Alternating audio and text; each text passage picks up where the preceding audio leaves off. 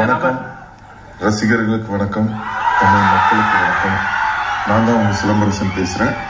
Sorry, என்னால இன்னைக்கு அங்க வர முடியல, ஏன்னா நான் ஊர்ல இல்லை. ஸோ தப்பா எடுத்துக்காதீங்க. அடுத்த வருஷம் 100வது வருஷத்துல அடி எடுத்து வைக்க போற நம்மளோட விகடனுக்கு என்னுடைய வாழ்த்துக்கள்.